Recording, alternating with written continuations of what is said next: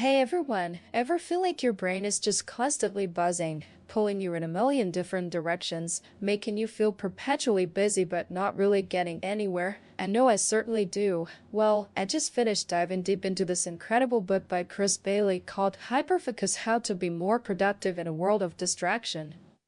And honestly, it's been a game changer. I picked it up because, like so many of us, I found myself increasingly distracted, especially with all my devices, feeling busy but accomplishing so little. This book really felt like a lifeline in our overwhelmed world, offering practical ways to take back control of our attention. At its core, Chris argues that attention is our most valuable asset. Think about it, everything in your life, your experiences, your productivity, your happiness all stems from where you choose to direct your attention. He makes the point that once you start noticing how attention is everywhere, you can't unsee it. Like his writing this book in a diner, observing people glued to their phones, a couple engrossed in conversation, a guy tapping his foot to music. We're always focusing on something, even if it's just our internal thoughts. Now, here's the kicker about our attention: it's incredibly limited. Imagine your brain is like a super-powered computer, and your attentional space is its RAM. You've got this fire hose of information coming at you every second: sights, sounds, thoughts, everything, about 11 million bits of sensory experience. But get this, your mind can only consciously process about 40 of those bits at once. And when it comes to holding information in your short-term memory, that magic number shrinks even further, to about 4 unique chunks of information. That's why you can't really hold two deep conversations at once, or effectively text and drive. It's mind-blowing how little we can actually focus on simultaneously. So what happens when we're faced with this deluge of information and our limited attentional space? Well, Chris says we often fall into autopilot mode. This is when we're just reacting to whatever comes our way, answering emails immediately, checking social media because a notification pops up, or constantly refreshing news sites. He points out that as much as 40% of our daily actions are habits, which is great for routine tasks like brushing your teeth. But if we manage our attention on autopilot, we're letting urgent and stimulating things dictate our focus, rather than what's truly significant, and that, he stresses, is the most consequential decision we make throughout the day. To help us figure out what's significant, Chris breaks down all our tasks into 4 helpful categories: like a simple break, purposeful work. This is the sweet spot. Tasks that are productive and attractive. Think reading a book, mentoring someone, or planning a new product idea. These are the tasks we're put on earth to do. Necessary work: these are productive but unattractive tasks. Your quarterly budget review, team meeting, stuff you have to push yourself to do. Distracting work: the black hole for productivity. These are unproductive but attractive. Scrolling social media, endless in chats, casual water cooler talk, fun in small doses but attention killers. Unnecessary work: the worst of both worlds, unproductive and unattractive.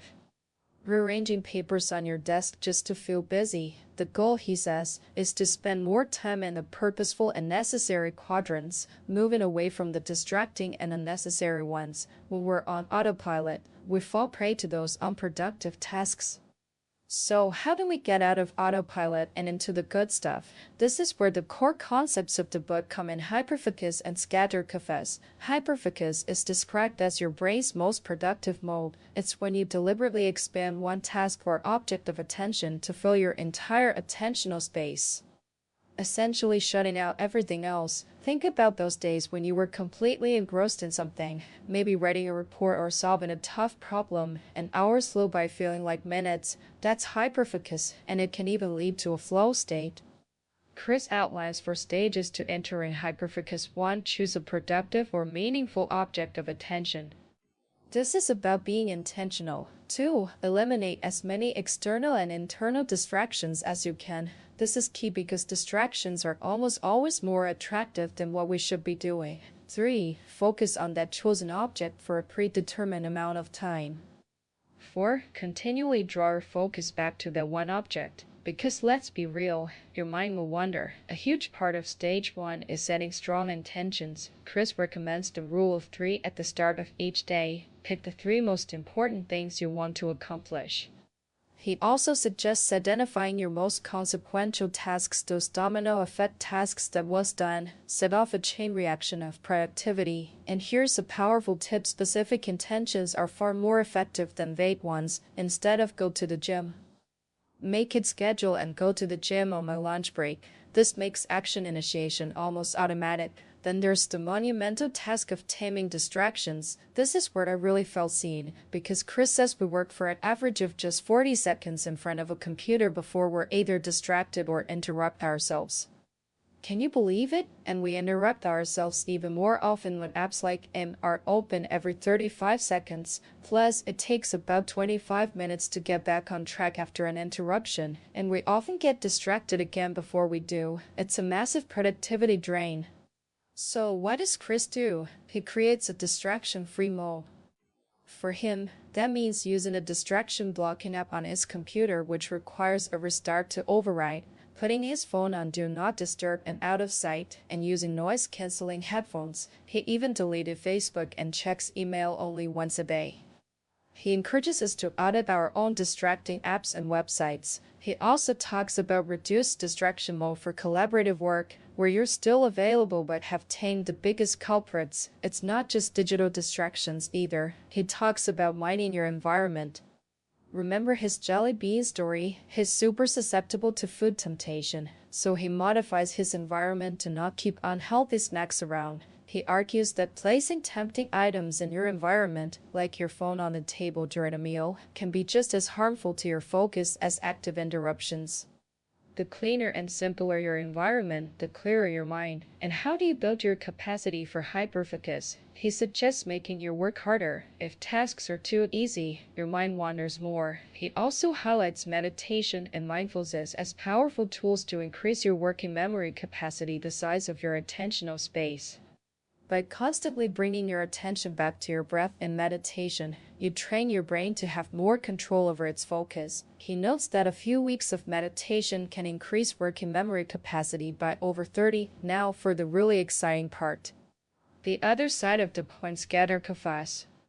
This is your brain's hidden creative mode, where you intentionally let your mind wander and direct your attention inward. Sounds like the opposite of productivity, right? But Chris emphasizes that while hyperfocus is about producing, scatterfocus is about recharging, planning for the future, and connecting disparate ideas to foster creativity. So why are we often averse to letting our minds wander? It turns out our brains are wired to seek novelty, pleasure, and anything threatening. When left alone with our thoughts, our minds might ruminate on worries or past mistakes. In a somewhat sad study, a whopping 71 of men and 26 of women chose to self-administer electric shocks rather than be alone with their thoughts for 15 minutes. We crave constant stimulation, but when you intentionally engage Hyperfocus, it's incredibly powerful. Chris reveals that our minds, when wandering, spend a surprising 48% of the time thinking about the future, much more than the past or present.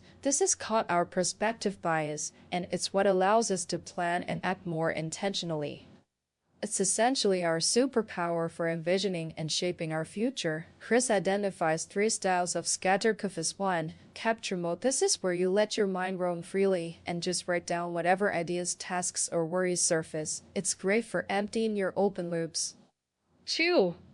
Problem crunching mode. You hold a specific problem loosely in your mind and let your thoughts swirl around it, looking for non-linear solutions. This is where those eureka moments can strike, especially when you've hit an impasse. 3. Habitual mode. This is the most powerful style. According to Chris, you engage in a simple, habitual, and pleasurable activity like going for a walk, doing laundry, or even playing a repetitive video game, and let your mind wander freely. Because the task requires little attention, your mind has space to connect ideas and recharge.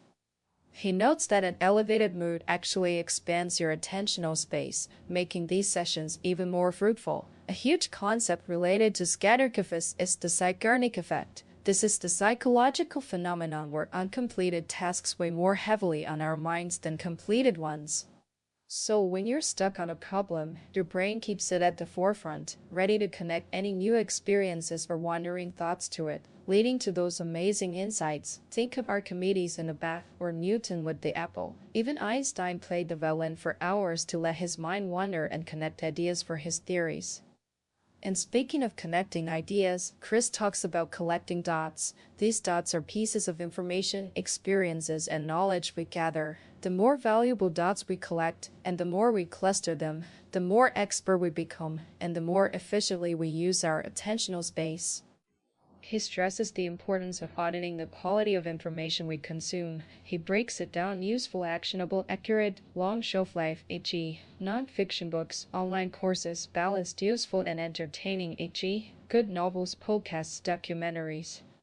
Entertaining just for fun, e.g., binge-watching TV with intention; trashy, low-value, stimulating but not satisfying, e.g., mindless social media scrolling. He urges us to consume more useful and balanced dots and less trash. Ultimately, hyperfocus and scatterfocus, though seemingly opposite, actually work hand in hand and reinforce each other. Hyperfocus helps you gather and remember more dots, which then makes your scatterfocus sessions more fruitful for connecting those dots, and scatterfocus helps you recharge, providing more energy for hyperfocus. Chris also shares some cool insights on how to supercharge both modes. Invest in your happiness. Turns out, a positive mood actually expands the size of your attentional space. Happy people are 31% more productive and more creative. Activities like listening to music, playing, talking, exercising, and making love significantly boost happiness and reduce mind wandering. Even practicing gratitude and journaling can help. Work around your energy levels. Chris introduces biological primetime BT for hyperfocus when you have the most energy, and creative time cuts for scatterfocus when you have the least energy, because your brain is less inhibited then, leading to more creative solutions. Use alcohol and caffeine strategically. He humorously notes that alcohol, in moderation, can actually boost creativity because it lowers inhibitions. He even tried writing a chapter while tipsy, but it absolutely obliterates focus. Caffeine, on the other hand, is amazing for hyperfocus, deepening and narrowing your attention. The key is knowing when to use each. Consider your office environment. Open offices, for example, increase distractions by 64 but can foster collaboration. It's about understanding your work's needs and adapting. Throughout the entire book, one overarching theme is awareness, becoming aware of what's occupying your attentional space, how much energy you have, and the quality of your attention is paramount. He suggests setting an hourly awareness chime on your phone as a productive interruption to check in with yourself. So what's the big takeaway for me and for you from hyperfocus? It's that we have more control over our attention than we realize. In a world constantly vying for our focus, purposefully managing your attention is a superpower. It's not about doing more, but about doing the right thing in each moment. I am embracing both hyperfocus for productivity and scatterfocus for creativity and planning. We can stop feeling overwhelmed and start living a more intentional, focused, and meaningful life. My advice for you is simple: don't try to implement everything at once. Pick one or two things that resonate from what I've shared. Maybe it's putting your phone in another room for an hour, or setting just 3 intentions for tomorrow, or taking a genuinely refreshing phone-free walk. Chris himself admits he had to work at this. Starting with 15-minute hyperfocus blocks, your attention is a muscle you can train. The fact that he wrote this entire book using these methods should be proof enough that they work. This book truly changed how I think about my work and my personal life. It's transformed moments that used to feel like chaotic busywork into opportunities for deeper engagement and clarity. When you learn to manage your attention deliberately, you don't just become more productive, you become happier, more creative, and your experiences become richer and more meaningful. It's like discovering a new dimension to your own mind. I highly recommend picking up hyperfocus if you're looking to gain that kind of control and truly thrive in our distracted world.